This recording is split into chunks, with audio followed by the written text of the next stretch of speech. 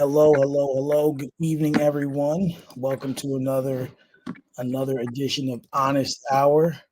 Tonight, my guest is a songwriter, a ghostwriter, an R&B artist, a dancer, and an all-around dope individual, Mr. Terrance Lamar. How you doing tonight, my man? All is well, man. Can't call it, brother. I appreciate, all of the the high honor and all of that. Thank you, man. Yeah, absolutely, absolutely. We just met like 2 weeks ago at the Smoking Mike. That's right. Um, I could say I enjoyed your performance. You I know, appreciate it.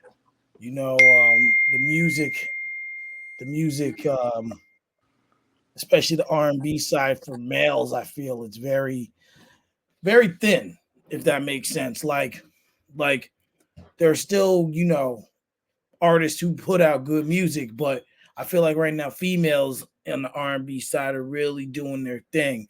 So Mhm. it's good to see some males, still do it and represent for the culture and for everything that we try to do. Right. You know, Absolutely.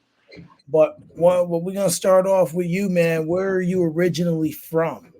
I'm originally from Boone. I was born in Valhalla, New York, which is Westchester and stuff like Okay, that.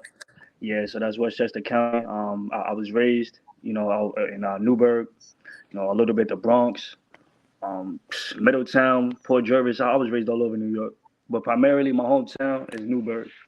You know what I mean? okay. Yep. And did you grow up an only child, or do you have siblings as well? I grew up with I grew up with two other siblings. Older sister, and then I got a Okay, younger sister. And later on in life, came more. But we're the original big three. original. That's right. We Word. the big three, like you started a league, right? That's right. Yup. Yup. Yeah. And I also got other siblings. Two other little sisters and a little brother as well. So Okay. So yeah, there's a little a clan, tribe called Quest. Right. So what was it like? 'Cause you said you like moved around a lot. So like, what was it like moving around that much? Like, you know what I mean? Like, you primarily said Newburgh, but you just been seems like all over. Well, like growing up, like it was kind of like a culture shock to me because like I thought that different parts of New York would be like the same and stuff like that. Although it's like New York State, but like nah, bro. You know what I mean? Like the Bronx is totally different from upstate. Upstate is totally different from the Bronx. Newburgh is different from Port Jervis. Port Jervis is different from Middletown. So I made I used that to my advantage. Although I was a shy kid, I just used that to just gain more friends and pretty much network along the way. You know what I mean? So I used it to my advantage and stuff like that. Right, because when you get into different towns and you get into different territories and things of that nature, you meet Right. different types of people. Um, Absolutely. we can't we can't grow if we don't go, right? Yeah. So in order to grow, you have to go here, go there, and get a little piece of everything from everybody. Hmm. So what were some of your interests, like besides obviously music, growing up? Some of my interests, definitely basketball. I was a big Allen Iverson fan. Love playing basketball. Love playing 2K NBA Live. You know what I mean? Just enjoyed being a kid. You know what I mean? Like growing up. Yeah, Even into a teenager, and eventually now. It was it was just good, man. It was just really good. It was a true childhood, bro. right. You actually like I tell my kids now, like we social media, we actually had to go outside. Yeah, Like, that's what I'm saying.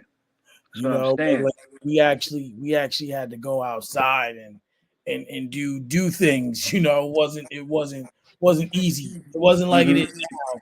You pick up your phone, put on a headset, go on FaceTime. It was like, nah, we had to do Right. this. That's right. Oh, excuse me. So what's your first recollection of music? Like, what is the first song or artist or from your earlier memories that you can recollect of music? Well, I would go. My mother used to play like music choice on demand. You remember that? Yeah, yeah, Like I'm talking about even before you can even choose a song. Like right. you had to just listen to whatever was there. Whatever It came was on, that's what you was listening to. right, right. So let's go back to like 03, 04. My mom's just playing R. Kelly. My mom's just playing B2K, Alicia Keys, Usher. All of these great artists that we still look up to today. They had a really big impact on my life. In my early career. So like those artists, in spite of what they may have done in their past, that may have tarnished their name. That's never going to tarnish their legacy. You know what I mean? So Yeah, yeah, yeah, definitely, for sure. definitely. And for you at that time, you started taking all that in. And when did you start like saying to yourself, like, man, I like music, or when did you start maybe writing music or start discovering you wanted to do music? But I was about 8 years old, man. Like on the dot, actually. Um, I seen my uncles doing it. They had to be like probably like my age now, or probably like a little younger. I'm 27. So when they Yeah. was like 27, 26, 25, they was in the clubs doing what I'm doing. You understand what I'm saying? Like rapping, passing out mixtapes, it's like getting it out the trunk, bro. You understand what I'm saying? So at Oh, back. such a young age, I seen that and I got inspired. Make a long story short, How did I know that my uncles became like were rappers? My mother was in her Honda, and she was just like, "Yo," she just popped in the song, and she like, "You know who this is?" She popped in the CD. I'm like, "Nah, who this?" She said, "Yo, these are your uncles right here." I'm like, "Nah." So they had a whole tape. You know what I mean? So at a young age, at 8 years old, you feel like, yo, if someone in the family is doing that, it's possible for me too. And I love it. I love the effect that it has on people at such a young age. I Yeah, caught that. I caught it. right. You Because know what I mean? music is special, right? Like Yeah, we have to, like it gets you through anything. Like if you're sad, if you're mad, if you're happy, you can always find some kind of music right. or song that can help you get through those things, right? So, to have that impact at that age is huge. So, for you, was it always like, so you said your uncles were rappers? Yeah, Was it, when did, so, but obviously your thing is R&B, right? So, all over. yeah, I'm well, all over with what it. I seen that day, I got the You R&B got the vibe. R&B side. That's right. Yep. You know? So, is it, do you also have that too? Like, do you also do some rapping as well? Absolutely. Absolutely. For sure. Okay, Yep. okay. So, is that how it started? Did it start as rap, or Well, because that's like you're hearing your uncles and you're saying they're rapping, doing the mixtape thing. So that's the first thing maybe you kind of tried to, the first lane you traveled, so to speak. so it was weird, like regarding that, like once I seen, okay, boom, my mother was already playing, the R&B in the crib. She was setting the atmosphere, the little Sundays, time to clean up, and then eventually you just fall in love to it. You start singing the music. You like, oh, ma, what's that song? So I was one of those kids. So I fell in love with singing first. Okay, Like my mother would hear me sing. She was like, oh, like you singing? Like what? And I'm like, yeah. Like I love the way it made me feel. So I just wanted to project that same emotion of love, or to people through R&B. But it wasn't later until I heard my uncles rapping. I was just like, yo, let me blend this together. You understand what I'm saying? yeah, And then definitely. from there, I just started taking on. You know, for Wow. sure. So you're early. So you said that that's what made you feel it, right? Yeah, How? When did you? So I'm trying to figure out the right way to word the you question. good? You good? So you said that you liked the way it made you feel. How did you know it was time that you knew that you wanted to make other people feel the way that you felt by doing that and making music? You said, how did I know that I Yeah, wanted to? like you seen the inspiration and all that. Like, because listen, it's one thing to say something and Mm-hmm. it's another thing to do it, right? There's two, Absolutely. so like you said in your mind, like we got set in place, like, okay, I know I want to do this, I can do this, but when did you know this is where I'm going? I gotta get there. Yeah. I knew it at the age of, I had to be like 12. I was in a camp called 21st Century in Newburgh, Okay. and that was actually like probably like the second, like, no, that was like the first official track that I actually laid down. I was in the studio since I was 8 practicing. Boom. But when I was 12 years old, that was when I actually recorded my first track on my first music video. Shout out to Ayo Niche and True and those guys who was a part of the mentorship in that program. So we had like a little talent show and everything like that for it. No, we were supposed to do the talent show, but we shot the music video. People loved it. I made the beat from scratch on the desk, bro. What? Yeah.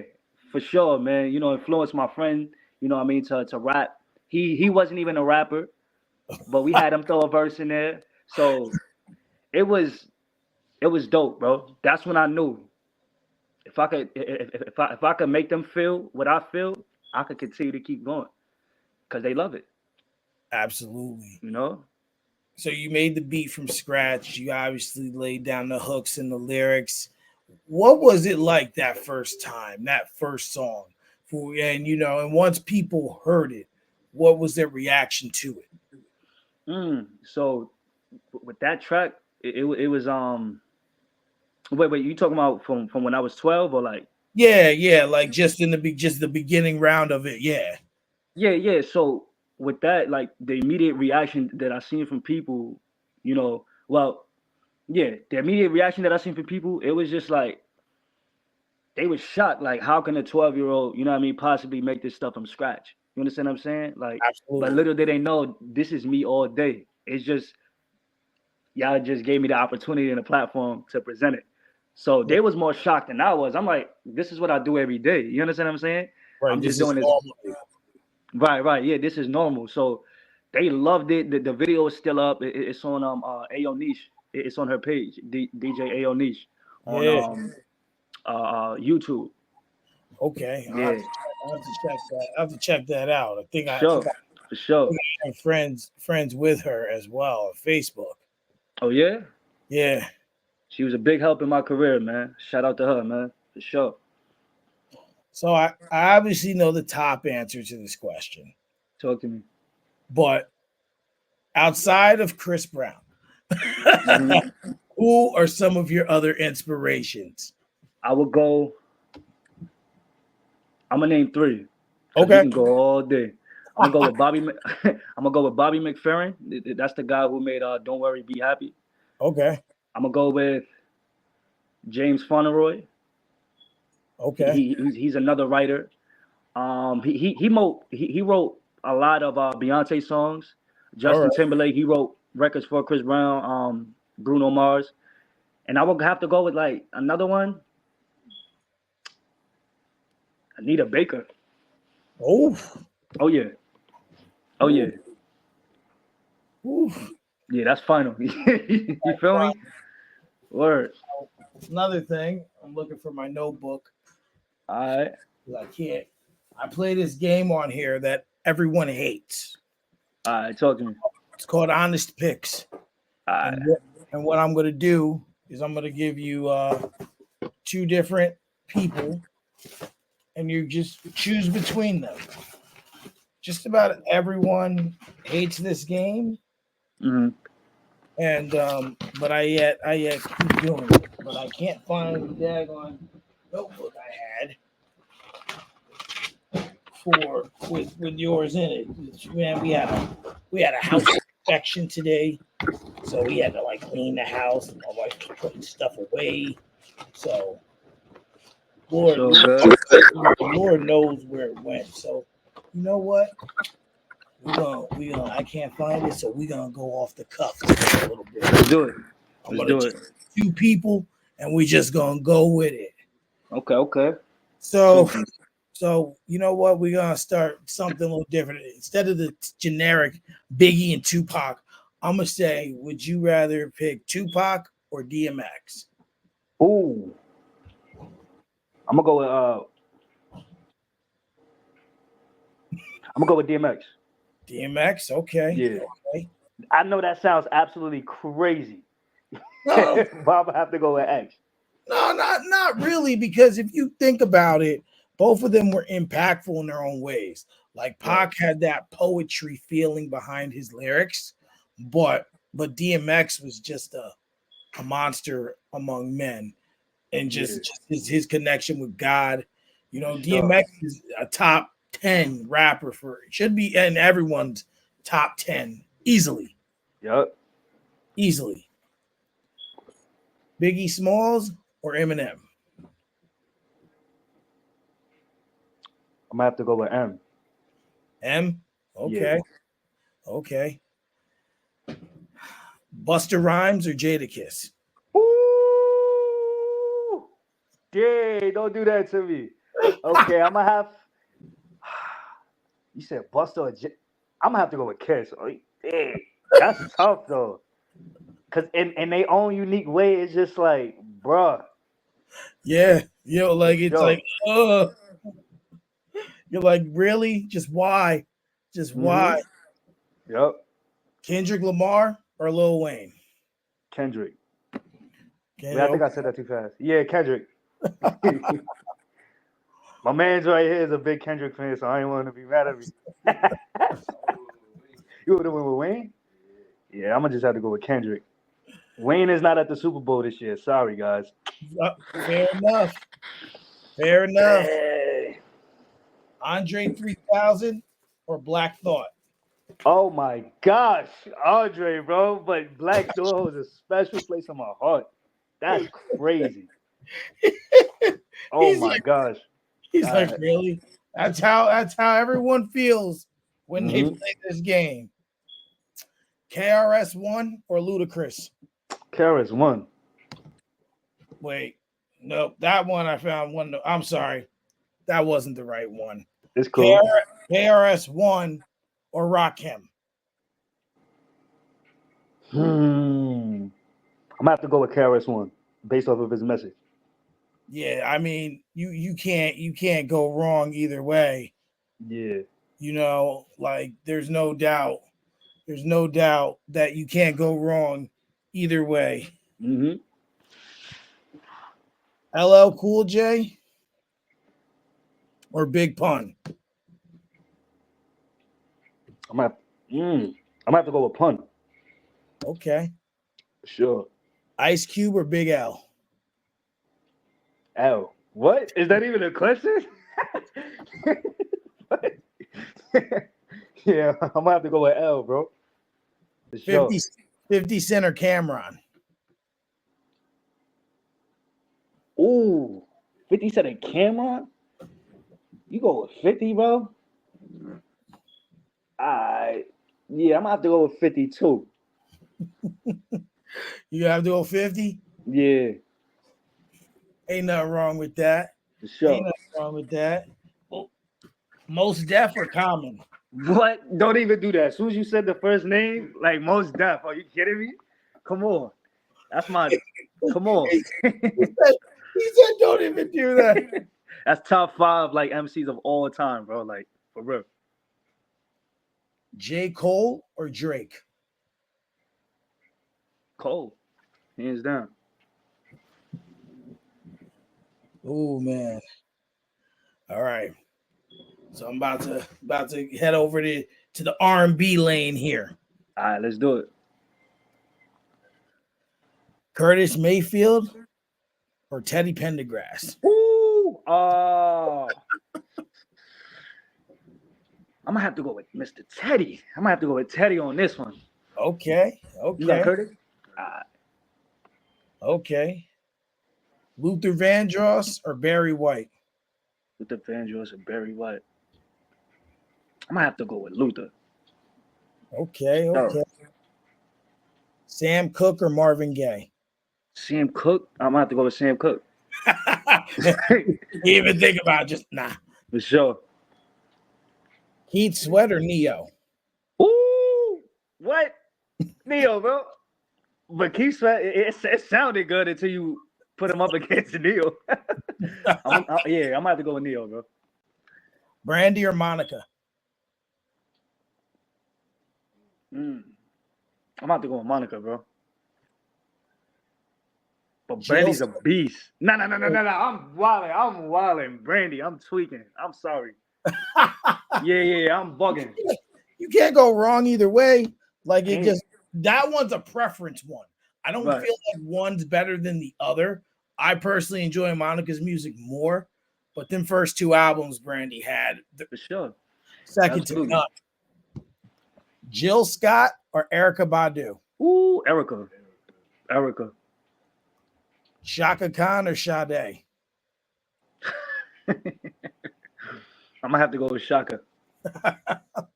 Nah, I'm lying. I'm gonna have to go with Sade. She a beast. So many people like done sample her music. She's a problem, for sure. R. Kelly or Usher?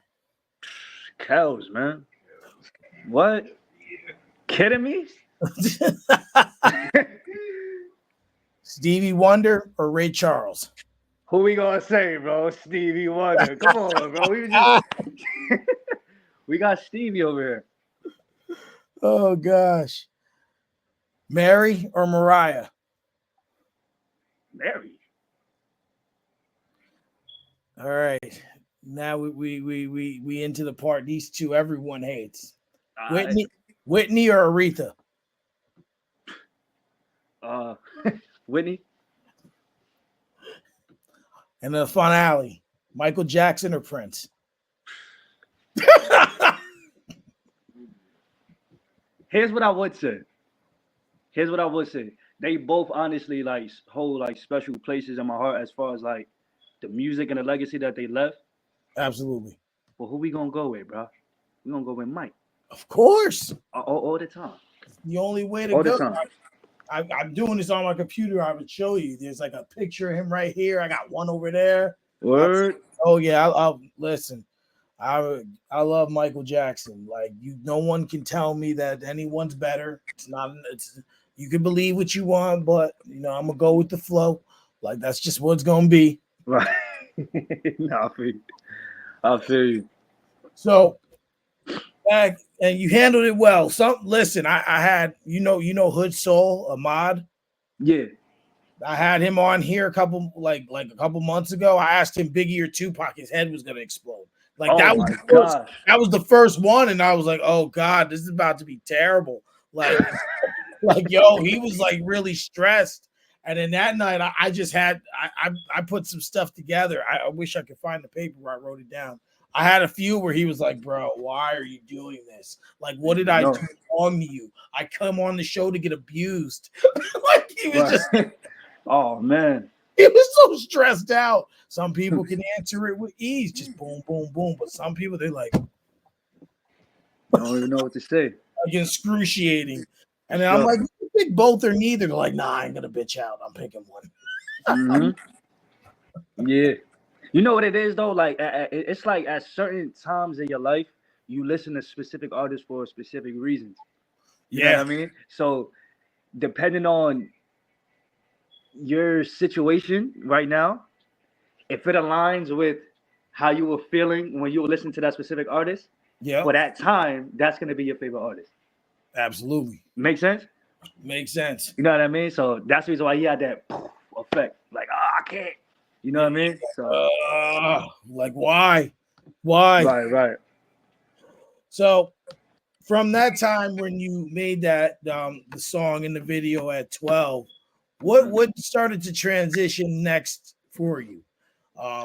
Interesting. Where you knew what you wanted to do, you knew where you were going. And so what was next for you? Or the next steps to furthering your career or going down that path into music? So what I did was I just followed my gut, man. Like I just did so many talent shows. Like I've done countless amount of, talent shows me rapping, dancing, singing. So that's what I got myself into. So from 12 all the way up to probably like 15, 16, Okay. I was doing tremendous amount of talent shows. Like I was networking with people. Like and like when I became like what was this 15 and stuff like that. I was like in the studio heavy and stuff like that. When I was living in Port Jervis, it's I was all over New York. You know what I mean? Yeah. Like in between 12 from like 16, I was all over. But what I was doing talent shows. I was in the studio, networking with people, getting numbers. I was in barbershops, walking around with like a Bluetooth speaker. Like, yo, hey man, I'm Terrance. You know what I mean? I would like to just spit something for y'all if y'all don't mind. I would like to sing something for y'all. And they're like, yeah, cool, cool. We'll turn the music down, and then I'll just be rapping out loud in front of the barbers or in front of like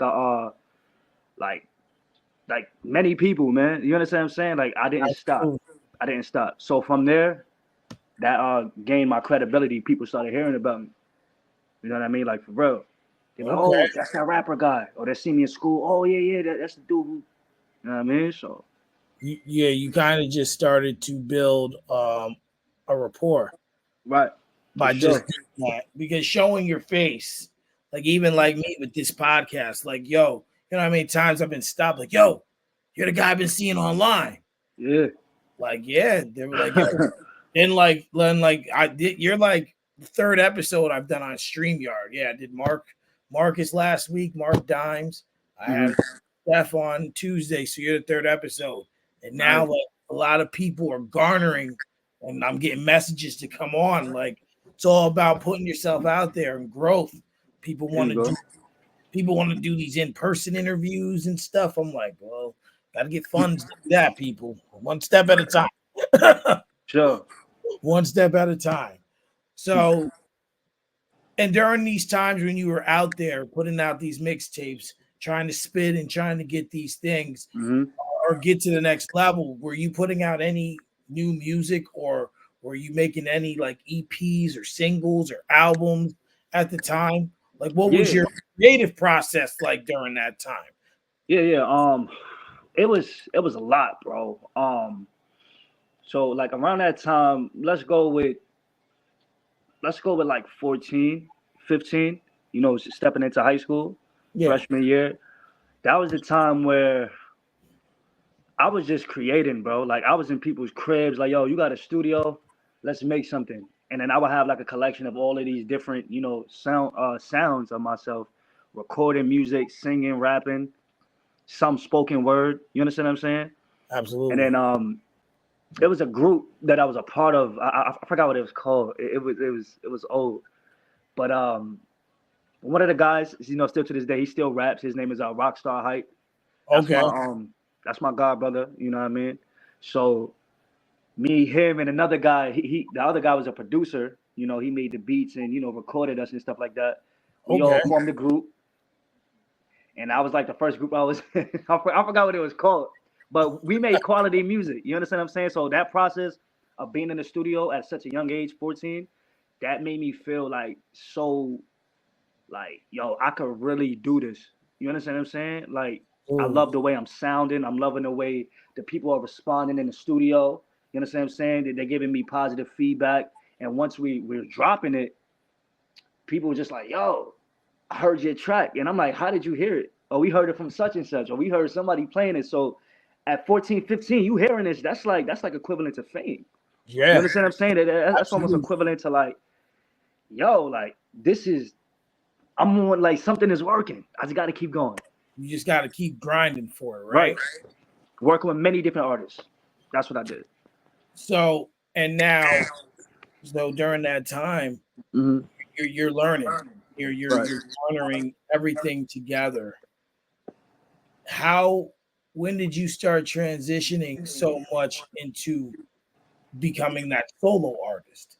Because you're always a solo artist, but in the same sense, you at some point you wanted to step away and hmm just say, okay, I know I can work with people, I know I can do this. But when did you get into that lane saying I want to do this? on my own or do some more stuff on my own? This had to be probably like, what was this, A? Like, like when I started actually recording my own music, like pandemic in the beginning, like towards the middle of the pandemic, right? Yeah,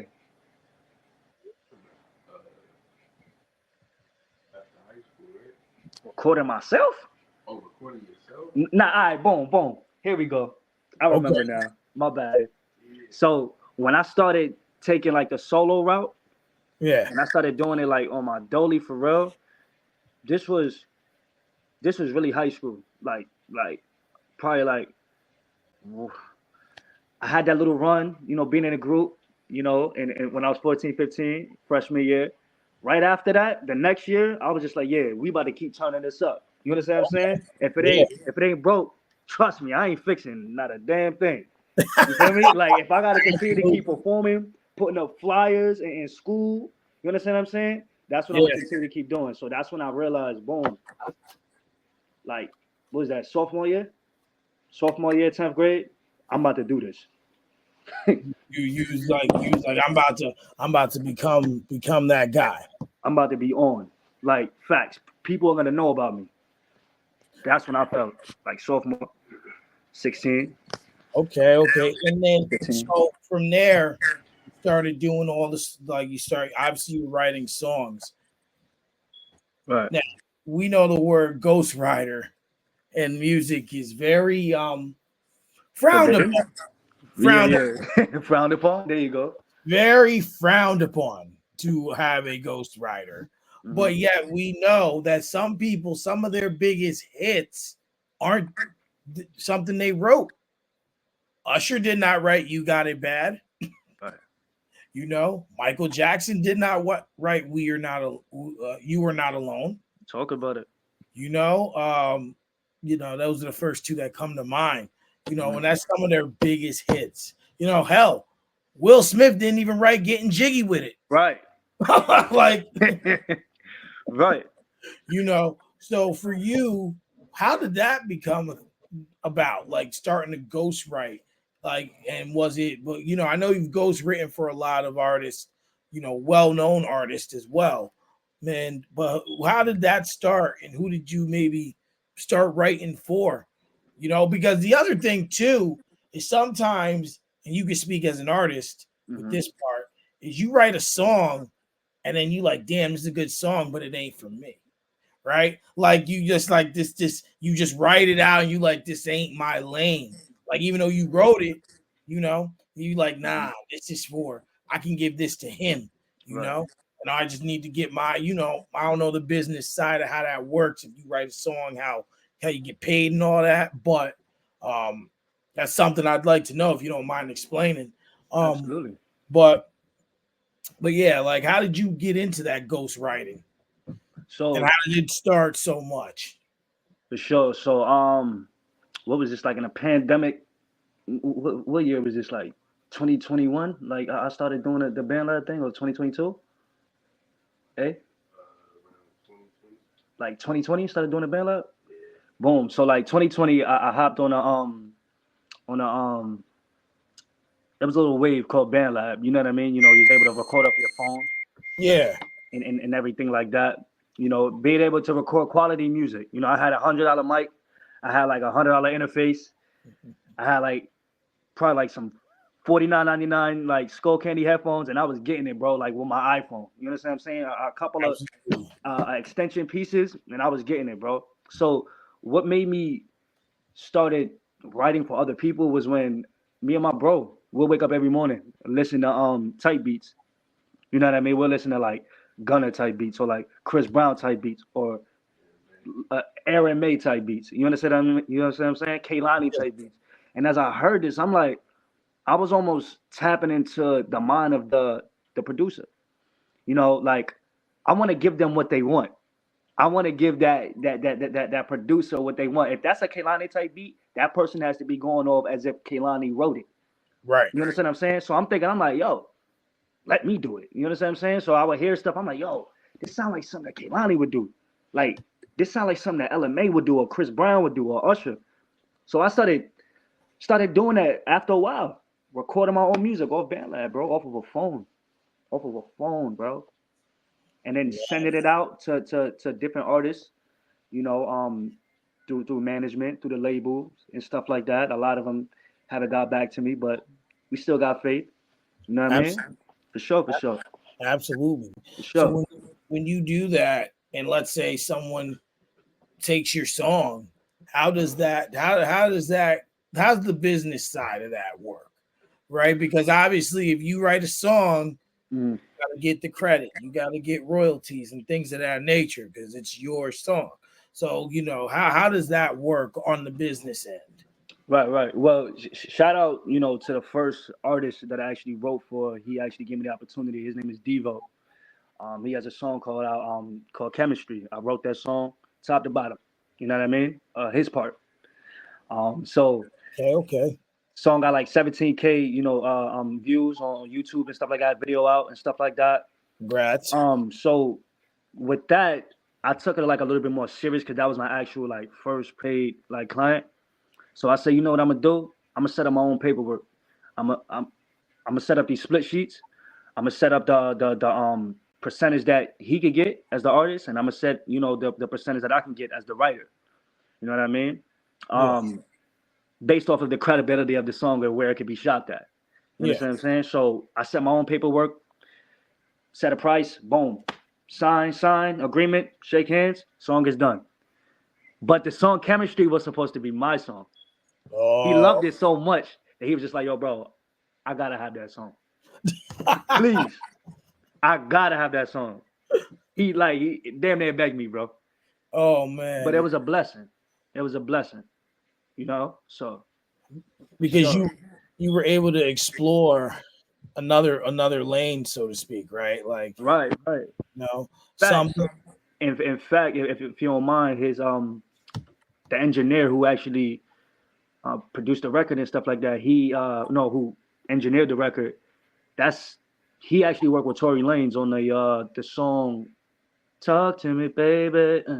Yeah, he engineered Oh, that okay. song. Yeah, Wow. facts. So that shocked me, but it was natural, bro. You know what I mean? Absolutely. For sure. Absolutely. It just kind of it kind of came natural to you, and Yeah.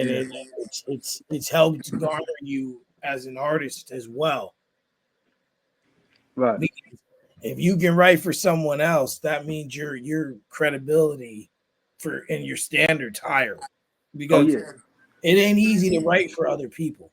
Like I said, if you write a song, you like, damn, this really ain't for me. You be Hmm. like, all right, that's one thing. But if someone's to come to you and be like, yo, T, bro, I need a song. Let's get it. I need a song. Let's get it. So you also can break. You got some good dance moves, man. Uh, you I know, appreciate it. so no doubt. So tell me about when you began dancing. Um, That coincided, you know what I mean? When I was around 8, stepping into the studio for the first time and stuff like that. I always had dancing, in my repertoire since a very young age, 8, 7, even as early as 6. Just copying B2K, wanting to be on Marion, mhm. and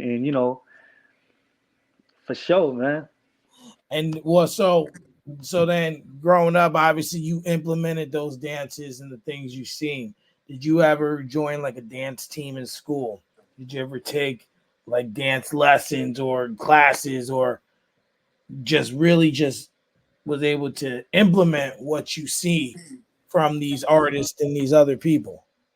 I don't remember as far as back taking like any dance classes, but what I can say, I remember joining like groups. Hey, we got to do this dance. Boom, you want to be a part of it? All we got to do is just learn this, and word. So it's stuff And like that. and you know, the hardest thing about dance is the choreography, right? In a Hmm. sense, like how is it to choreograph to do all that? Because it's a lot of back and forth and this and that and that and that. And especially if you're dancing and you're singing at the same time, That's one thing I don't understand how people do.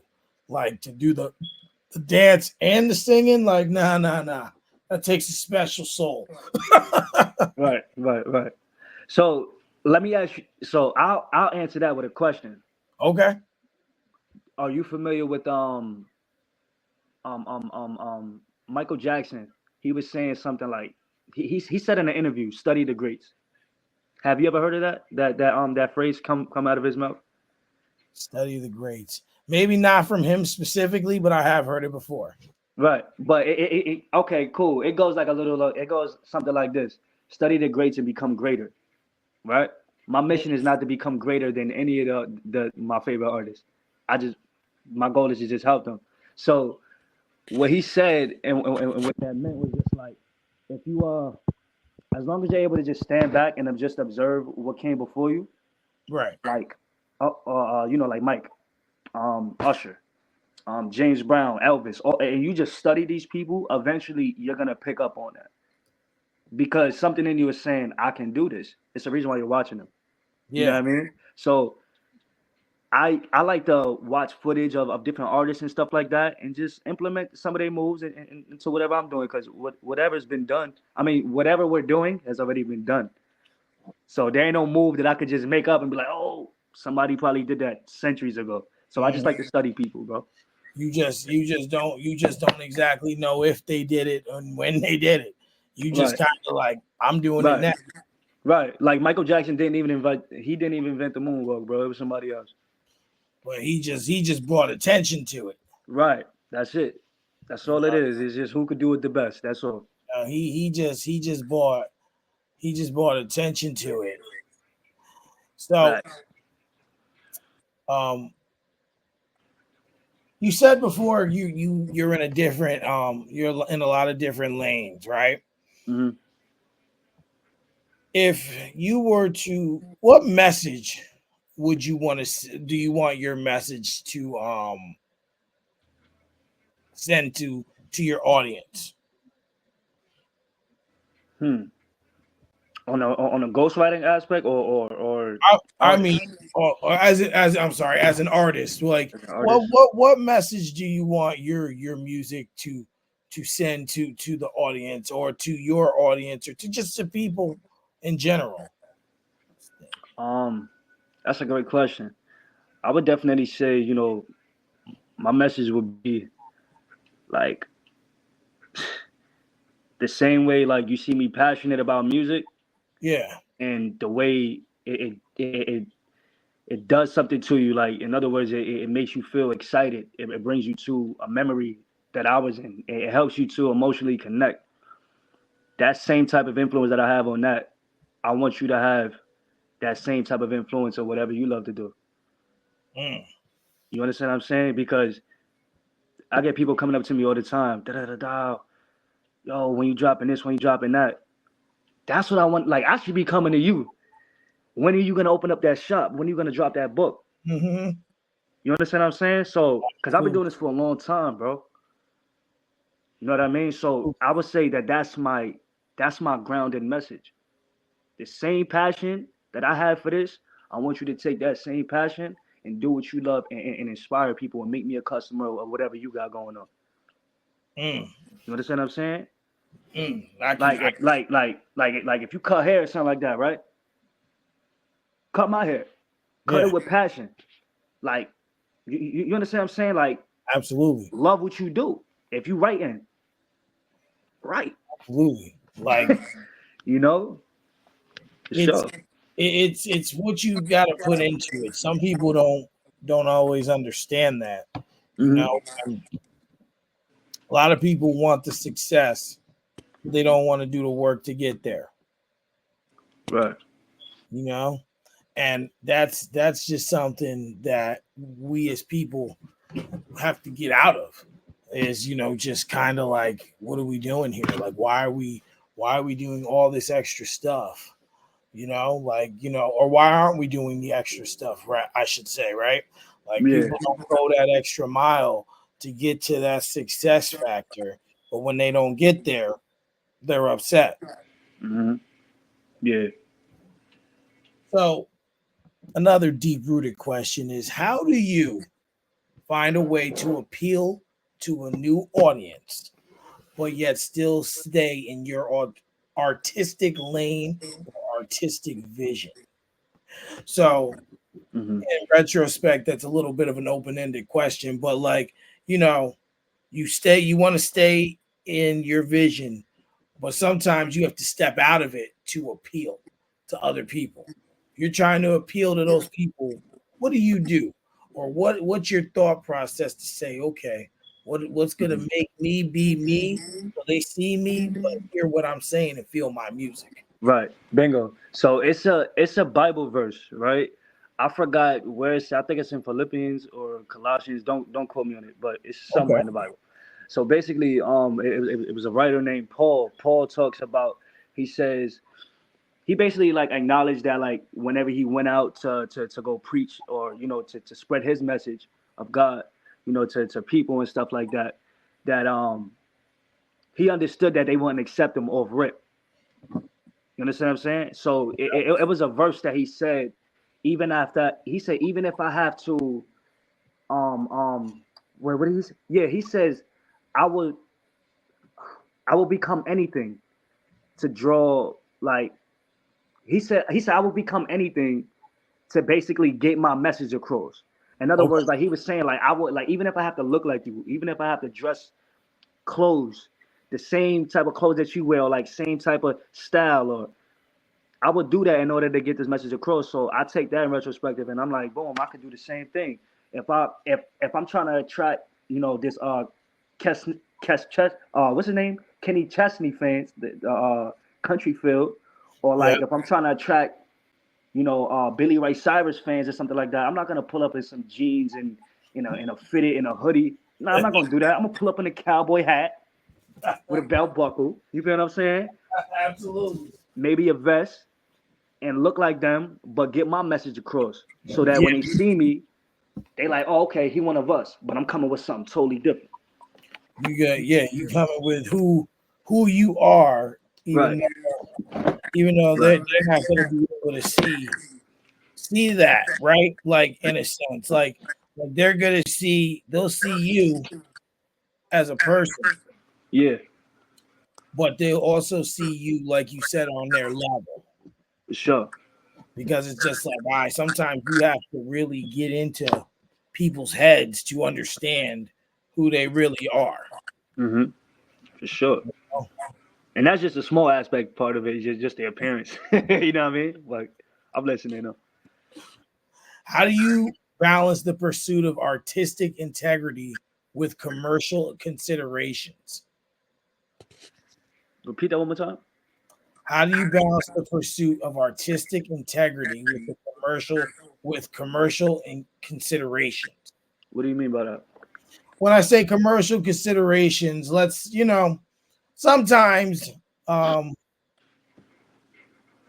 all right, I use this song as a prime example. Mary J. Blige, a few years ago, some years back around 2007, had a song called The One, and it featured Drake. It was very up tempo.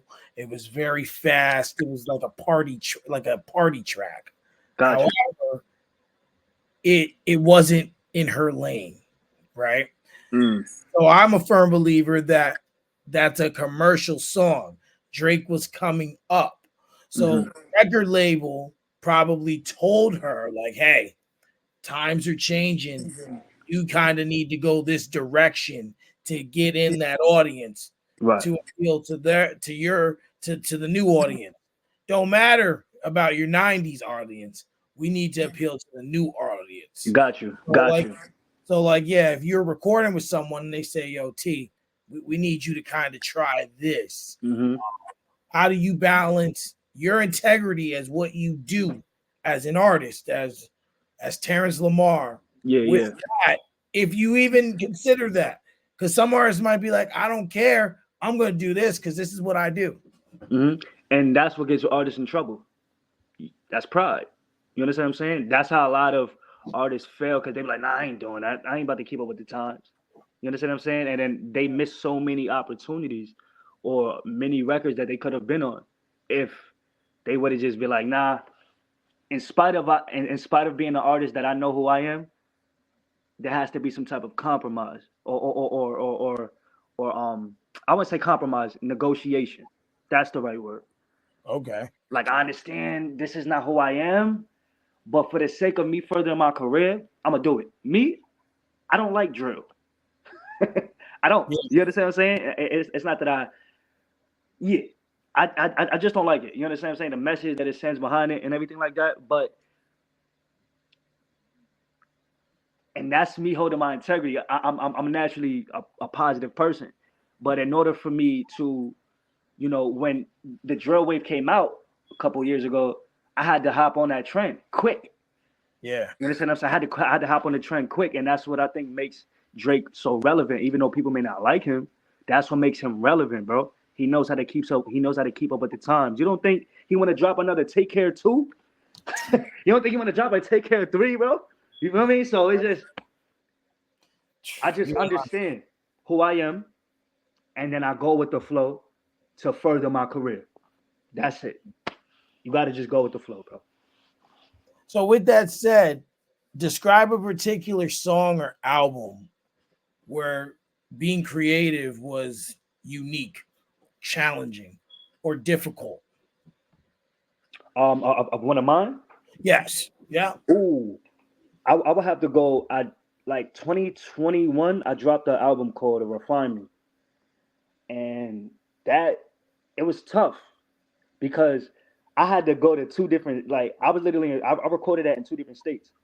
I Oh recorded wow. half of the project in New York, like the first half, and then I recorded the second half in Florida. That's how, bro, for 8 songs, bro. For 8 songs. Oh, So it was tough due to atmosphere, but I feel like it was needed. Sometimes you can't just write in the living room all day. Sometimes you got to get up and get out and go to new atmosphere and something fresh will happen, bro. You feel what I'm saying? So right. Um you might find some source of inspiration in a place you weren't expecting to find it. yeah, absolutely. Right. Like we Because don't have beaches up here. I don't see beaches nah, everywhere. nah, nah. We you we know, don't we don't have that at all. imagine just for the inspiration of it, just having a brand new song on the spot. Like yo, I even tell you like this, and then we can move on, right? Good. I have a song called oh my gosh, I think it was called Resurrection or whatever. So Okay. that song literally came to my mind right before I was about to get on a plane to leave to go to Florida. I heard the beat and I'm like, yeah, this is it. So on So my way on the plane, that song came about. So you gotta give yourself time and chances to go in different atmospheres so that new music could go out. And that's how you kind of break that cycle of it being tough. mm, You know? man, that For that sure. that's deep right there. You For have to sure. really have to like find a you have to really find yourself sometimes to find what you're looking for. Yeah, yeah. How do you define success? And do you feel that you've achieved it already? Or to this point, I should say. I define success as, doing what you love over and over again and seeing the results that you want. Mm, Um, l- yeah, whether it's better for like whether if it's a good result or a bad result. You know what I'm saying? Like a lot of people don't like Hitler, but let me tell you something. He was a very successful man. you handle You know, and I look. I use that word lightly, and whatever he did lightly. You know what I absolutely. mean? But I would say whatever he had in mind, it worked for him.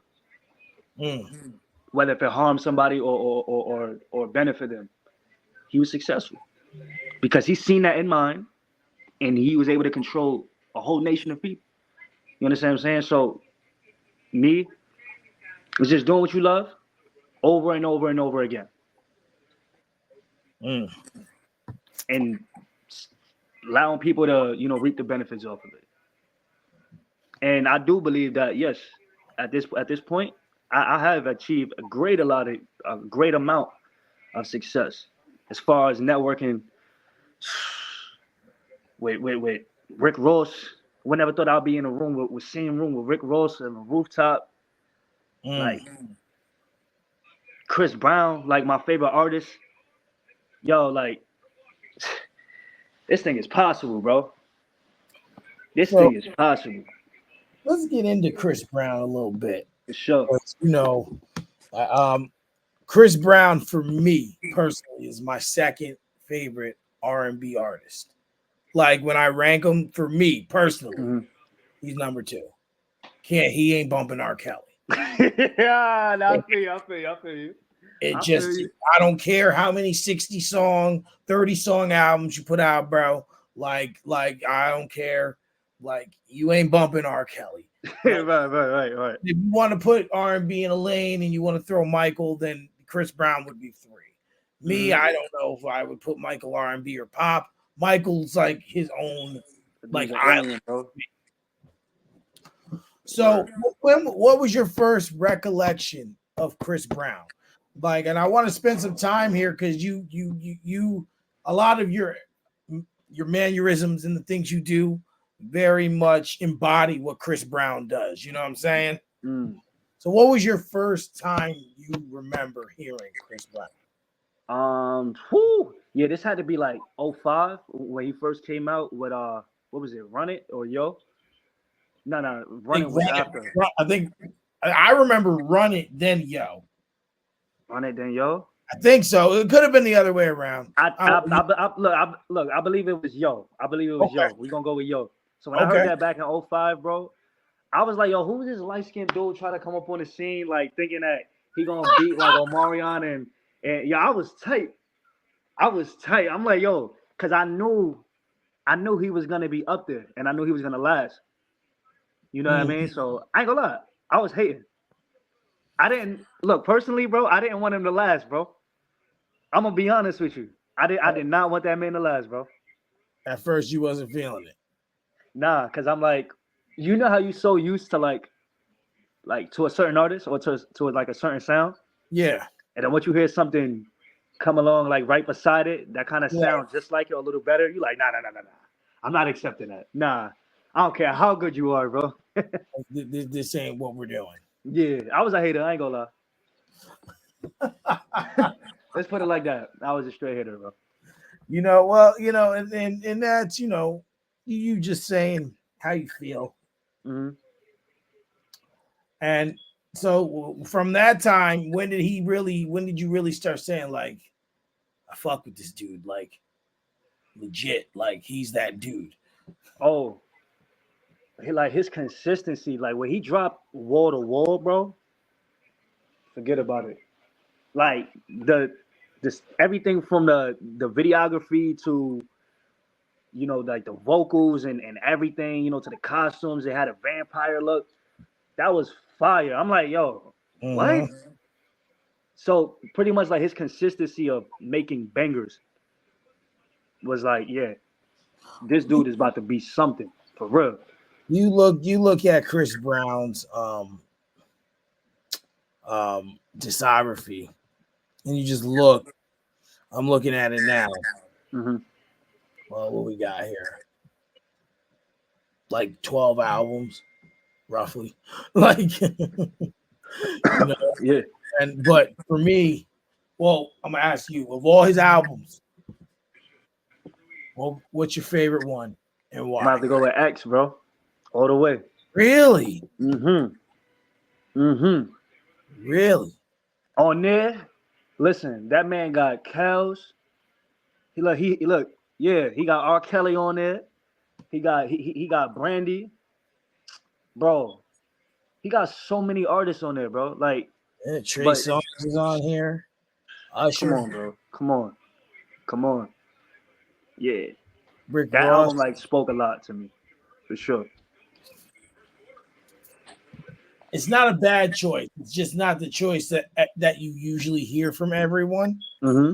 Being you're a bigger fan, maybe your ear for his lyrics are maybe a little deeper than the average like listener or fan Like I consider myself more of a closer to average fan of him than you, Mm-hmm. but I just feel like he never topped exclusive, man. Like exclusive, like I don't know what it is, Yeah, but yeah, yeah.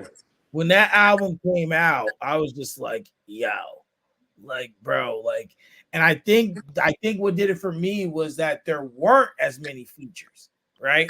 Like he Mm-hmm. had Will I Am, Big Boy, and T-Pain. There's a song with the Game on there, and then a song with Kanye. But Mm-hmm. like, songs like I'll Call You, Damage You. I just Oh felt yeah. like the album was like good wall to wall, ironically. Like Come on, talk about it, bro. For sure. but X, not to say there weren't a couple ones where I'm like, come on, bro. But You know, look, real quick. Let me just insert this. I say X mainly because that's when we seen like that's. I think that was the first album that he came out with. Right after he bounced back off of the I ain't gonna speak about it too much, but his mistakes. You situation. know what I mean? His little situation, right? So once he came, or like, I think that he was dealing with that or something like that. He was literally in the midst, or it was right after he dropped it. Yeah, that was That's when I personally seen. I'm like, yo, he's reaching like a man. You understand what I'm saying? Like he's making like mature music that like everyone could relate to because everybody makes mistakes, dog. yeah. You understand what I'm saying? And not to put light onto that, but to me, that's why X will always resonate with me because that was his bounce back. You Mm. understand what I'm saying? That it was that and royalty. Yep, that's usually the one everyone picks. Yeah, you understand what I'm saying? So it's just like when you're able Royalty. to see that, I seen both sides of you. Like you And, won. and then after that, that's when he started making 6,000 song albums. Like, That man is a machine. when Heartbreak on a Moon came out, when I seen the track list, bro, it Mm-hmm. took me 4 days to listen to it. Like, Mm. it took 4 days, like, to get through that album, just because we're doing stuff. And like me, I like to sit down and like listen to music. So like, I'll Uh-huh. take I'll take these right here, and I'm in there. Out of Like, there. yep, I just feel you. ain't no one telling me nothing. Yep. Ain't no one telling me nothing. So you fast forward, when and where did you meet him, and what did that moment mean for you? I met him. Okay, so initially I was supposed to go to his concert in June or whatever, something like that, around that time. I was supposed to go to his concert, and I wound up not going. Boom. That was finalized. But then he posted something like, "Hey, we're doing an after party." You know what I mean? In Jersey, because I was supposed to go to his show in Brooklyn. He said in Jersey, which is like next door. I'm like, all right, where the after party gonna be at? It's gonna be boom. We posted it's gonna be at a water park, American Dream Mall. Oh, You know, yep, yep, right there next to like MetLife Stadium. Yeah, right, right. So that right there, bro. I called my sister up. I said, yo, listen, you know the drill.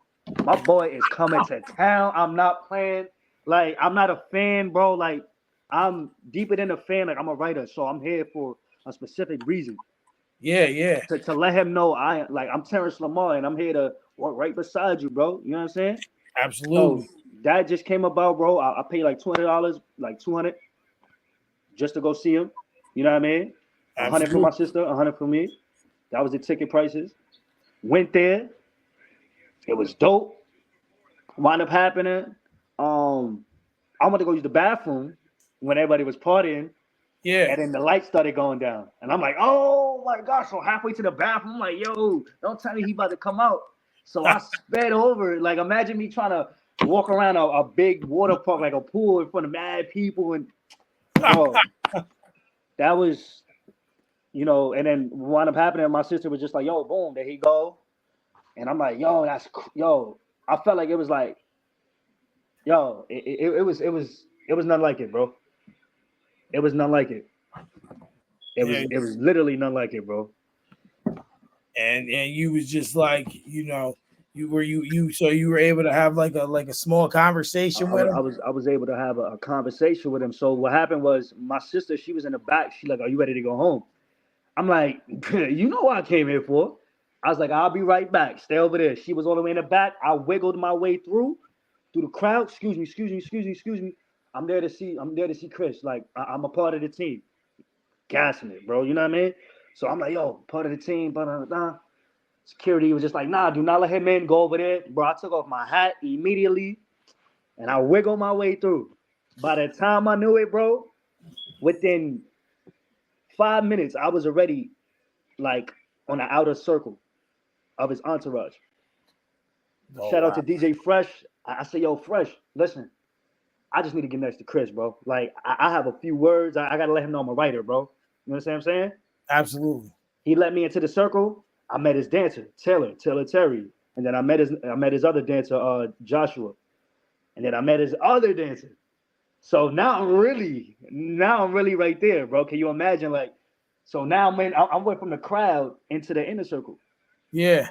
So now people looking at me like, yo, who is this dude? I'm like, I'm supposed to be here. You feel me? Yo, Yeah. bro, I'm inside the crowd now. Chris is literally like, it's the only thing that's dividing me and Chris is like this big, it looked like a pillar, like a wooden pillar from the Yeah. top down to the ground. So I'm looking at him. I see DJ Clue. I see other artists. And I'm like, yo, bro, are you just gonna come over here? Like, bro, you're right there. Like, so he finally tapped somebody that was right next to me, and then I tapped him on the shoulder. I was like, boom, there it is, right there. He was right there, right in front of me. I said, yo, Oh, Chris, what's up, bro? You can see it on video. I said, yo, listen, I'm Terrance Lamar, songwriter, ghostwriter. I would like to sing you over some music. And he looked at me, he like, what? He like, all right, for sure. Like, he like, I appreciate you, like pulling up. So like that 10 seconds that I had, can't nothing top that, bro. Besides me actually work on him now. For sure. For sure. And we talking about listen, we're not talking about, no, we talking about top wait. artists, bro. You talk The about greatest artists in the world right now. you talking about top of the line, dude. For sure, bro. And I'm proud because it was a long time to be able to just see him and to meet him. Man. Uh-oh. Uh-oh. Don't know what happened.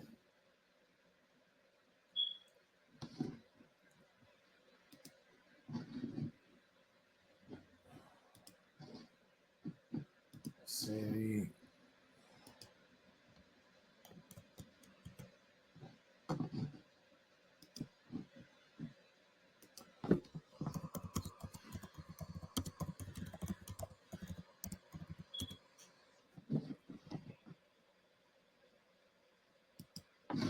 All right, all right. So looks like our guest. All right, let's Well, get him back on there. There we go. yeah, I don't know what just happened. Yeah, nah. I didn't know if your phone died or what have you. Nah, So nah, I you sent got it. the link again just in case. But Appreciate you. yeah, no doubt, no doubt. Nah, that's one of those like out of body experiences too.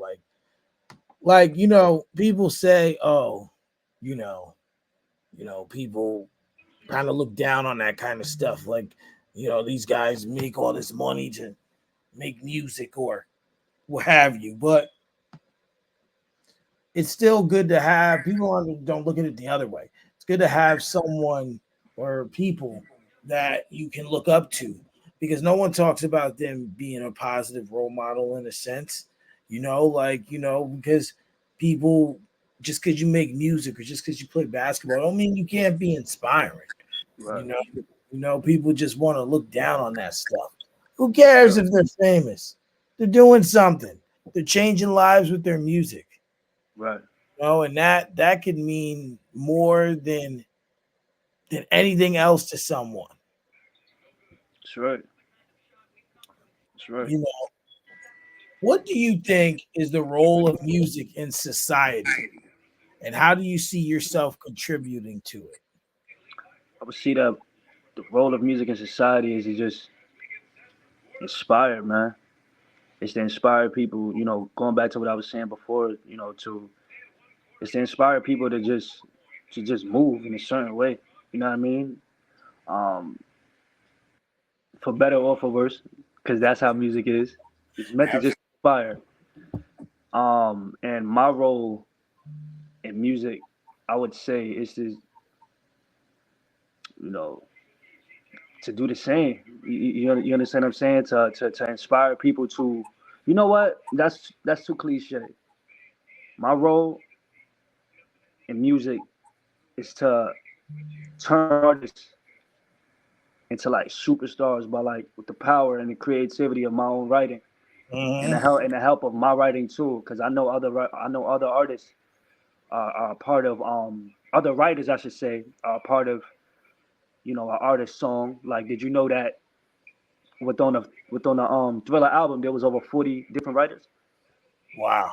Yeah, and I- Quincy Jones, being Michael Jackson's right hand man, was one of them. mm, So my role is to be the Quincy to Chris Brown. I would mm. say, like, I just want to help him be better, bro. Like sounds that people never heard before, bro. And I'm manifesting that, bro. It's gonna happen in due time. What would you say to this point Hmm. is your biggest accomplishment that you've done thus far? My biggest accomplishment, I would say, who I would say actually writing the record for Devo. Okay. Because that was like a real life, on paper, like little agreement, split sheet, paid. You understand what I'm saying? And the song is doing well, 17K views. That to me, like that has to be my biggest accomplishment. Like to see my song hit 17K. I I Mm-hmm. I, I, I personally never seen that. You know what I'm saying? From a small town where I am, Newburgh, Yeah. not a lot of people are fortunate to be able to see that. Although my name is not, you know, Debo and written by Terrance Lamar, my name is on the credits, but you won't see it Absolutely. on YouTube. So for me to Absolutely. be able to see it, I feel like a proud dad. You feel what I'm saying? I feel like a proud dad just watching the song grow up. Exactly. And you just see it. You just see it grow, and Right, that's the key. You're watching stuff grow in real time. for sure. And it's something that you take pride in. We got to take pride in everything that we do, right? Hmm. you know so to take pride in something is to be great. So I was looking here, kind of searching kind of through your socials, and well, hold on, I gotta pull it back up here. I had something here. I had something here. So I see some performances in here. One event that I was upset I didn't make was the mic pass here that Soleil Hmm. hosted. You did Right. perform there. Um, Sammy B was the DJ that evening. I want to know for you, what are your favorite things about performing, and what are a couple of your favorite performances that you've done? I would say like my favorite thing to do, when performing is controlling the crowd. Like if I could be like, yo, everybody put your flash on, they do it, bang, the song gonna be easy. You understand what I'm saying? We got a light night tonight. But if it's like a little struggle, you know what I mean, I think it also goes off with personality, type of person I am. People just like, all right, cool. You know what I mean? I know him. You know what I mean? Boom, you do this. So Mhm. like crowd control is big for me. Um, Call a response. You know what I mean? Yeah, Um, and you said my favorite performance. yeah. Like, what are a couple of your favorite performances that you've done? I would honestly say all of them because they all equally have um, a certain level of emotion that I was feeling at one point. So if I came in like upset, I was taking that on the stage like extra hard. Yeah, You understand what I'm saying? Or if I was feeling like extremely happy, I will express that. You understand what I'm saying? So absolutely. when it all balances out, they all have I all executed it well. I hit all of the checkpoints, crowd control, call response, boom, boom, boom. They felt the emotion of how it's feeling. All the same, man. They're all the same to me. You Mm. know, it's almost like a storyline. They all blend in well together. Yeah, And once you pull up, once you look back one day at all of the performance, you're gonna be like, wow, I see what he was talking about. absolutely. You know what I mean? So, who are some artists, whether they're local or whether they're way way up in the pinnacles, as I said, that you would like to work with in the future? I'm gonna have to go James Fauntleroy. That man is a tremendous, phenomenal writer. He's an R&B artist as well. I would like to work with James, Chris, of course. Come on, that's going to happen. Um, I would love to work with. Surprisingly, it may sound like totally left, but Miley Cyrus. She is something special about that girl, bro. Okay. She in my eyes, she's lasted throughout the years so many times. She did the hip hop. She did the rock. She did country. What else can't she do, bro? You understand what I'm saying? And although she may be frowned upon because she came from Disney and crossing over into music, her music still hits charts, bro. And You understand what I'm saying? it's not like she ain't well, no. Right, right. So Oh, that's Miley Cyrus. That's that's that an is interesting different. one. But you know what? There's nothing wrong with that. Because it's like some people ask me who I'd like to interview, and I don't think I've had anyone like that I've said out of left field, but I'll interview anyone. Anyone Mm. hits that inbox says, "Yo, can I come on the show?" Sure, sure. Why not? I had a guy.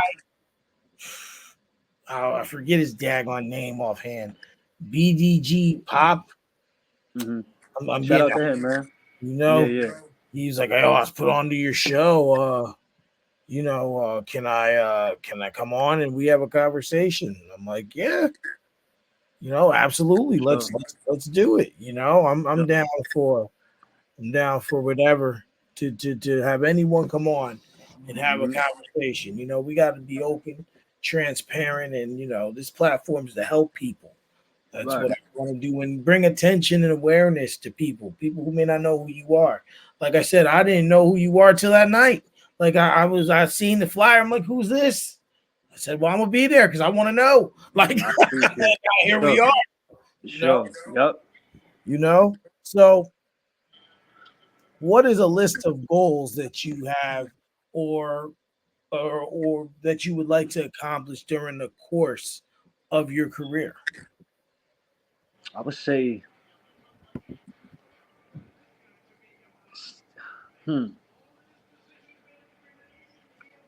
I'm trying to differentiate them from like the actual mission, but Yeah. here we go. I'll just start going. I would say one of my goals is to be like in the studio with like a lot of mainstream artists. You Okay. understand what I'm saying? Like to be in there with a lot of different artists. I'm talking about rappers, country artists. I don't even care if it's an opera singer, bro. You understand what I'm saying? Like it's just something about music that I have to be in there that I feel like I know my role where I can contribute and make Yeah. that record 10 times better.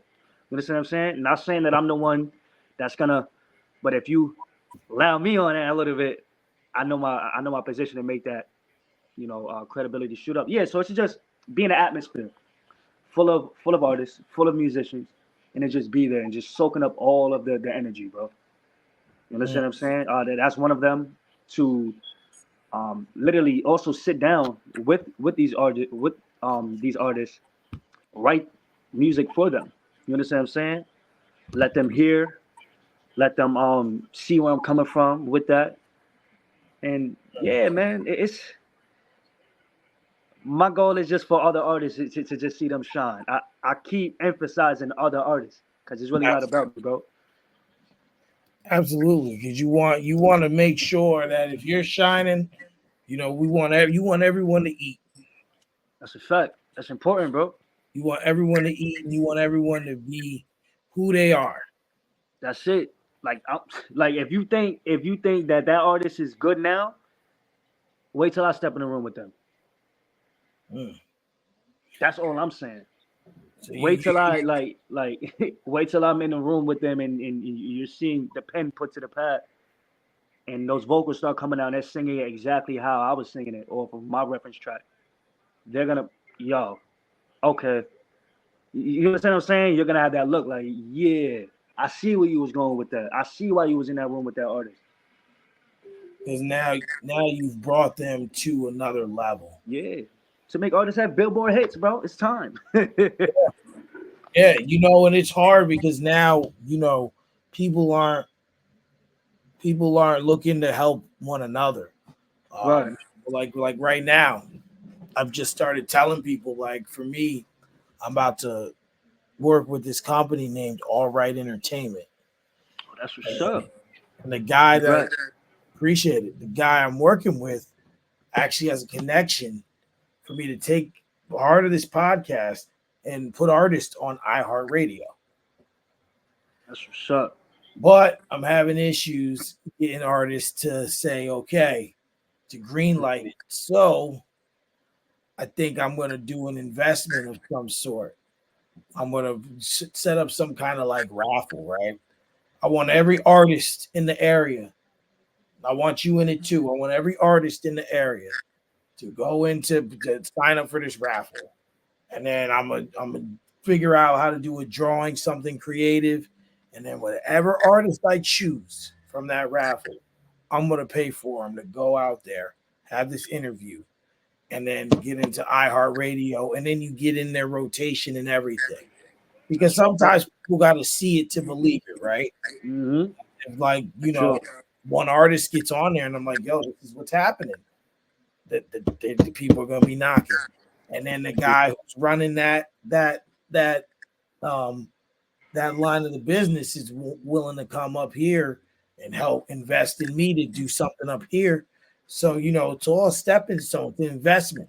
You know, it's an Sure. investment, and we gotta make it happen. That's right. That's a fact. So getting to the end here, I want to know what's next for Terrance Lamar. Performances, songs, EPs, projects, videos. What's next? What's coming on the horizon for you that we can expect to look forward to? Yeah, yeah. I definitely got some unreleased, music. You know what I mean? That's coming out soon and stuff like that. Honestly, I got it's this song called "Used to the Light" that just dropped with Fatboy. Okay. Fatboy EOS. Shout out to him. He a 15-year-old artist from Newburgh and stuff like that. He from around the way from the area from the 845. So we just dropped that song. The video should be coming out extremely soon. And Okay. just attached with that, we might even get a pure R&B project before the year is over. We Okay. might, or 2025, but it's Okay. coming. So you definitely working on that upper echelon and getting to where you want to be with it. That's right, for sure. Every little piece. So um for anyone who wants to find you, anyone who wants to hear your music or find you on social media, where can they find you? Where can they look you up? What you gotta do is type me on Google, Terrance Lamar. Search engine will find me. Find my socials, my music, everything. Word. All right, all right. And the last thing is I always end each episode with a positive ending message. It's a message where you say anything from me, well, from this interview or from life or anything you want to say to the audience who's watching or who might watch this back. The floor is yours. Well, Mike, I just want to say thank you. You know what I mean for first and foremost, scouting the talent and be able to see something that could be beneficial to your show. You know what I mean? Because I think it was deeper than the music. You wanted to know, and you Yeah. got it. You know what I mean? And we here. You know, so it was such a great honor to be able to invite me. I appreciate Course. it, and I definitely look forward to working with you more. For any artist that's on here, that or that's watching or anything like that, just continue to keep going. I promise you right now. In the words of Nipsey Hussle, he said, Nipsey Hussle said this. He said, if you just lay a brick by brick, day by day, eventually you're gonna look up, you're gonna see a brick wall. So don't give up, man. I Mm. promise you. I promise you that. That's a fact. Well, I appreciate that, and that's why that means a lot. Because it's not easy. You Yeah, know, it ain't easy, but I enjoy doing it. You know what I mean? Like I can't go sure. wrong. But it reminds me, I got a show coming out. It's the premieres next week called Mike's Music Corner, and that's gonna be about Hood Soul has his first EP coming out Nice. tomorrow. I'm gonna listen to it, deep divulge into it, break it down, and Sure. we're gonna do a show and we're gonna break each song down. We're gonna talk about it. So when that EP Hmm. drop, you let me know, and we will get you on there and we will talk it up about the music. You know that, bro. Well, I appreciate you. I Thank you. appreciate, of course, we have each other's numbers. We stay in touch, man. Sure. See some performances, and I want to thank anyone who supported the show, who's tapped in. I'll be back. Actually, tomorrow I'm going out to the whatever the Haunted Prom or whatever Mavor got going on. I'll be there. Okay, okay. Saturday I'll be on Urban Updates with Jag. And next week we'll be back. Nerd Camp Monday, Honest Hour with Lady Miz Tuesday, Mike's Music Corner Wednesday. Terrance, I appreciate your Thank time. you. Of course, you have a good night. Everyone, we'll see you soon. Yes, sir. Peace.